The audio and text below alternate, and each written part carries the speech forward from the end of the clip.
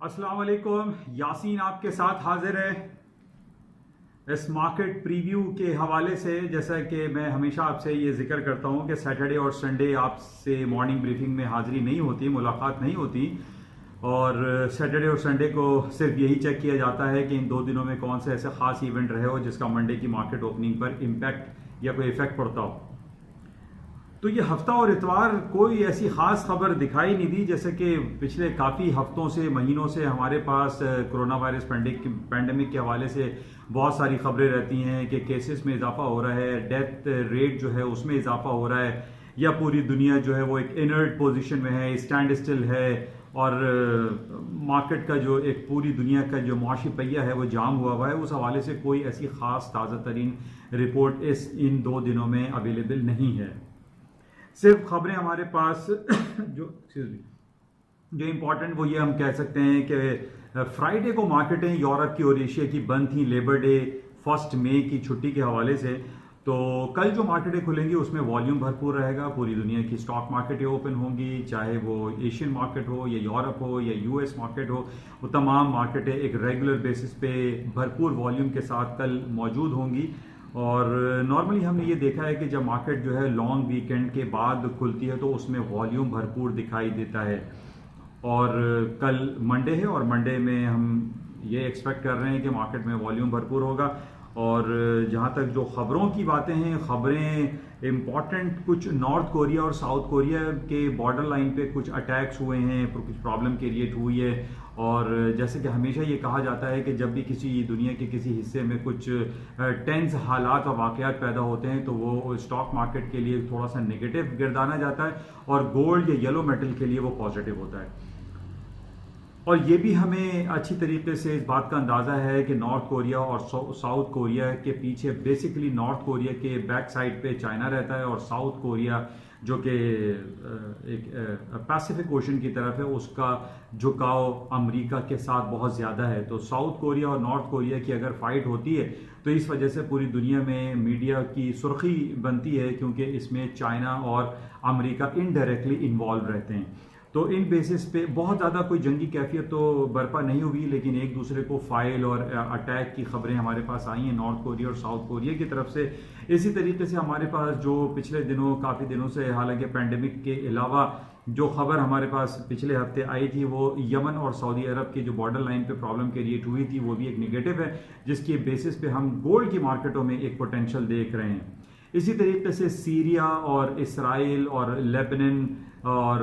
इन सारे इलाकों में जो फ़लस्तीनी इलाके हैं यहाँ पर भी कुछ ना कुछ एक नेगेटिव इम्पैक्ट पाया जाता है। इन बेसिस पे हम सिर्फ यही कह सकते हैं कि जनाब गोल्ड की कीमतों में इजाफा हो सकता है, क्योंकि उसके टेक्निकल बेसिस भी, जैसे कि मैंने आपसे कहा था कि 1700 is a very important resistance भी है और सपोर्ट लेवल भी है। और फ्राइडे को जो मार्केट बंद हुई थी वो एग्जैक्ट $1700 पर आउंस के हिसाब से बंद हुई थी। तो टेक्निकली हम ये कह सकते हैं कि इसने 1700 के लेवल को ब्रीच किया है और मार्केट हायर साइड पे जा सकती है on the basis of technical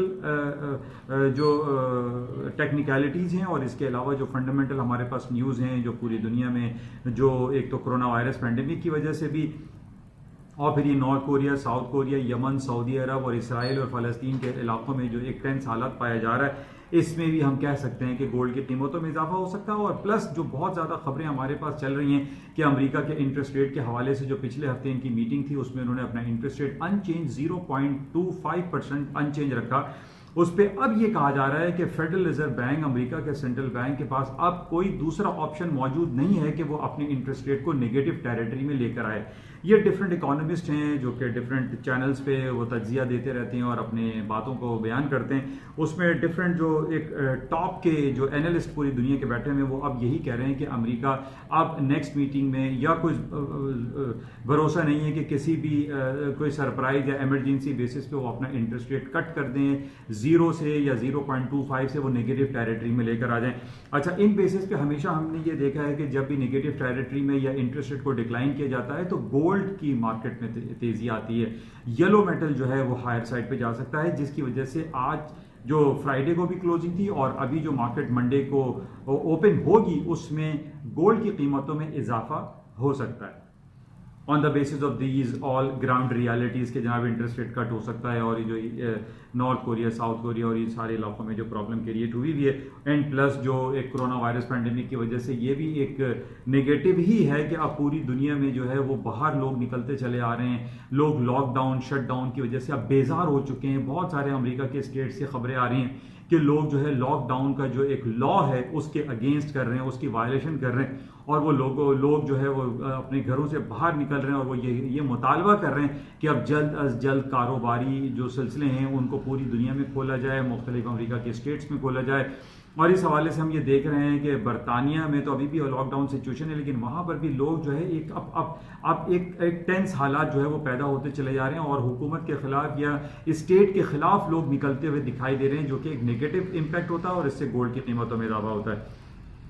अच्छा, इसके अलावा हम जैसे मैंने आपसे कहा था स्कैंडिनेवियन कंट्रीज़ हैं या स्वीडन है, वहाँ पर लॉकडाउन वाली सिचुएशन क्रिएट नहीं है और उन्होंने इस चीज़ को अडॉप्ट नहीं किया है, क्योंकि वो एक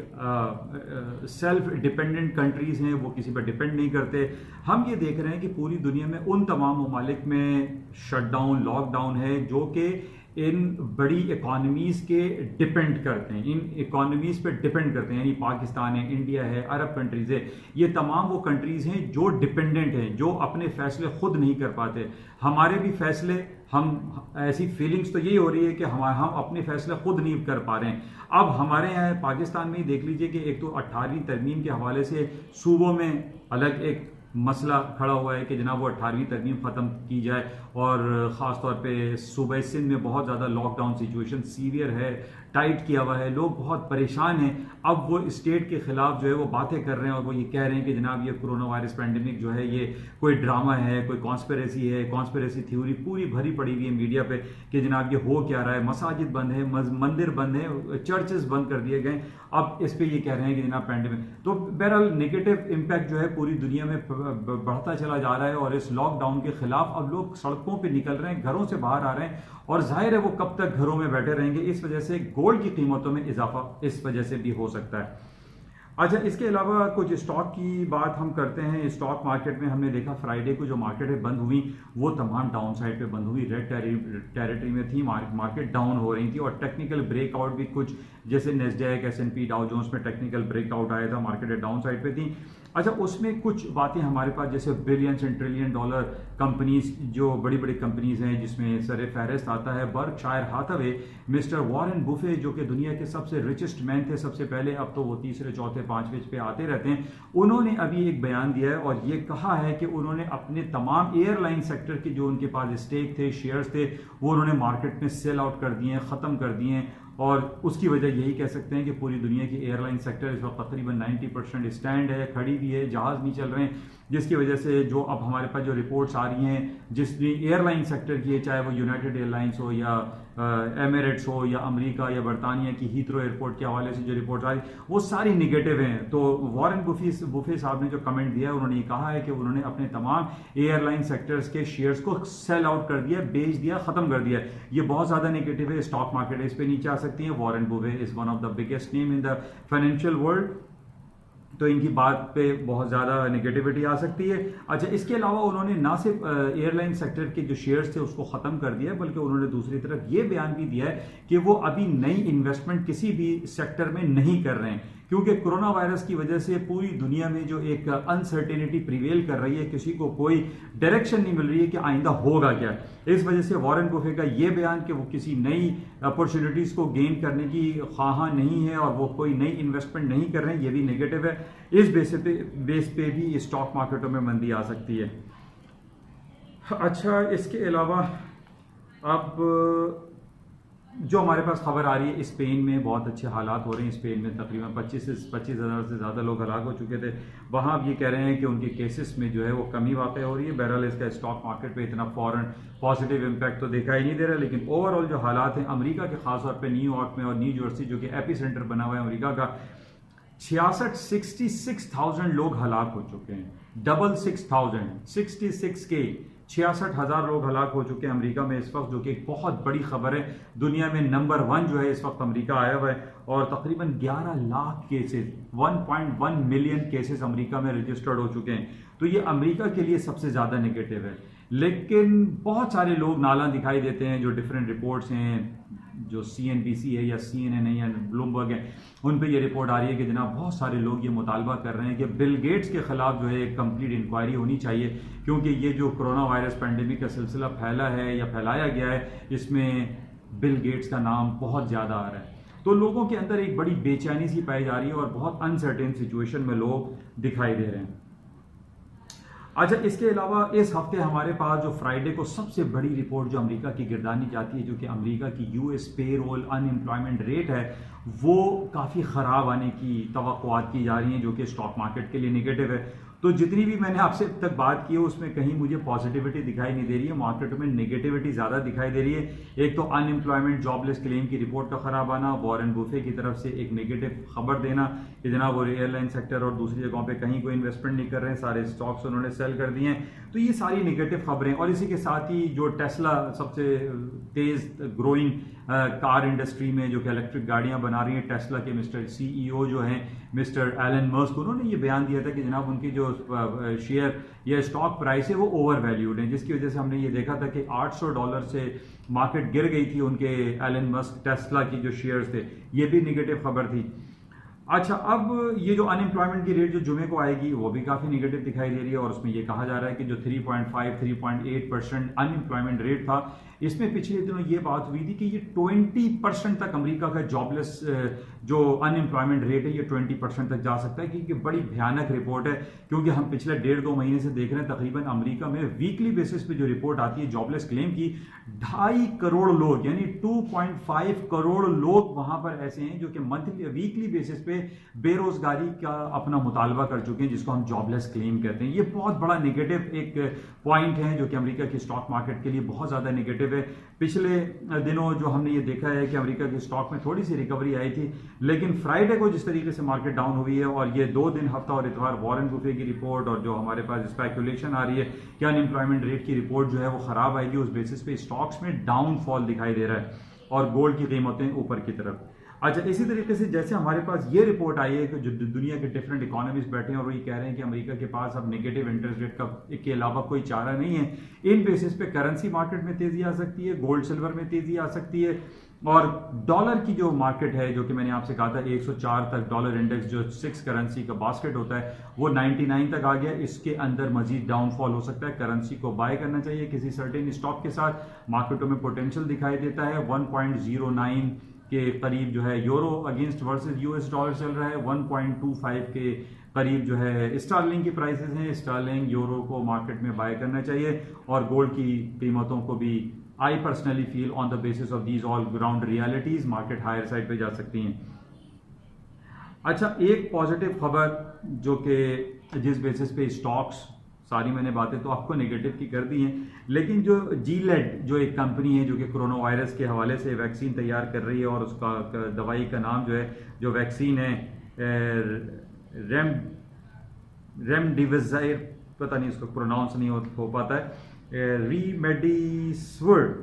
एक रेमडेसिविर के नाम से कोई ये वैक्सीन बना रहे हैं। इसके कह रहे हैं कि काफ़ी पॉजिटिव इफेक्ट आए हैं, इसके रिजल्ट काफ़ी बेहतर है। जो Gilead कंपनी है, फार्मास्यूटिकल कंपनी है, उसने बहुत अच्छे रिजल्ट दिए। इन बेसिस पे हो सकता है कि स्टॉक्स में थोड़ी सी रिकवरी आए, ऊपर की तरफ आए, और लोगों को ये ख्याल आए कि जनाब अब कोरोना वायरस फैक्टर जो है वो ख़त्म होने वाला है। बहरहाल अभी तक ख़त्म नहीं हो रहा है, कहीं कोई ऐसी रिपोर्ट नहीं आ रही हमारे पास जिसमें यह कहा जाए कि पूरी दुनिया से ये जो कोरोना वायरस की वजह से जो लॉकडाउन है ये ख़त्म किया जा रहा है। अभी ख़त्म होने की कंफर्म रिपोर्ट हमारे पास नहीं है। लोगों के अंदर प्रोटेस्ट हो रहा है, एक बेचैनी पाई जा रही है, लेकिन हुकूमती इदारों की तरफ से हमें ये सुनाई नहीं दे रहा है कि लॉकडाउन जल्द खत्म होगा। इस बेसिस पे स्टॉक मार्केटों में कोई ऐसी तेजी फिलहाल दिखाई नहीं दे रही।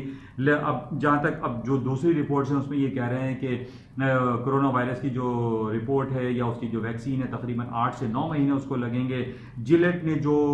वैक्सीन तैयार की है वो भी तजर्बाती तौर पे उसने कहा है कि वो पॉजिटिव है, लेकिन इसका बहुत ज़्यादा पॉजिटिव इफेक्ट कहीं मार्केट में दिखाई नहीं दे रहा है। तो ये थोड़ी सी नेगेटिविटी ज़्यादा दिखाई दे रही थी,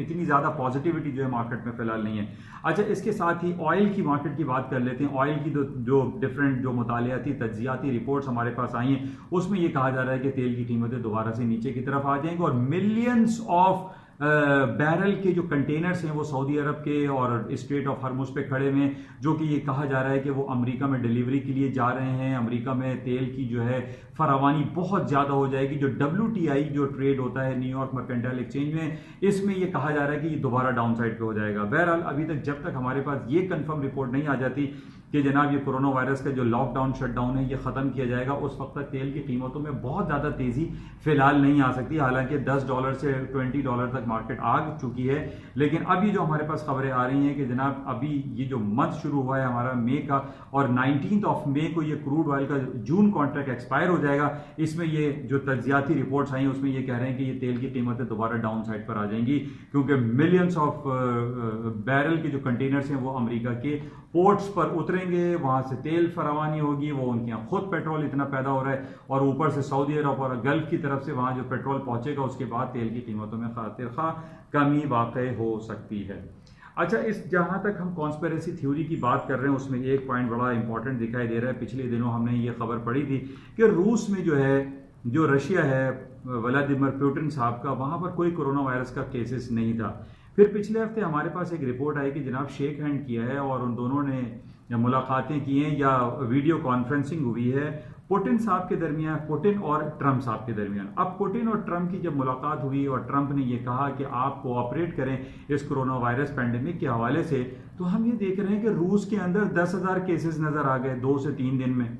अब ये एक कॉन्स्पिरेसी थ्योरी जो हम ये आपसे कह रहे हैं काफी अरसे से कि ये हो क्या रहा है। पहले वो मुल्क जो कहते थे कि जनाब कोरोना वायरस ड्रामा है या कुछ भी नहीं है, यही व्लादिमीर पुतिन साहब कहते थे कि हम इसको क्लोजली वॉच कर रहे हैं और ये कोई कॉन्स्पिरेसी है। आज हम ये देख रहे हैं कि उन्होंने जब ट्रंप साहब से हाथ मिलाया तो हमें 10,000 की रिपोर्ट मिल रही है कि जनाब रशिया में जो है जो रजिस्टर्ड केसेस हैं वो 10,000 क्रॉस कर गए। तो देखिए क्या होता है, लेकिन ये कि अभी तक कुछ समझ में नहीं आ रहा कि व्हाट इज हैपनिंग, और ये कोरोना वायरस पैंडेमिक का जो सिलसिला है, जो कॉन्स्पिरेसी थ्योरी है, कब और कहां जाके खत्म होती है। तो बहरहाल अभी से कुछ घंटों के बाद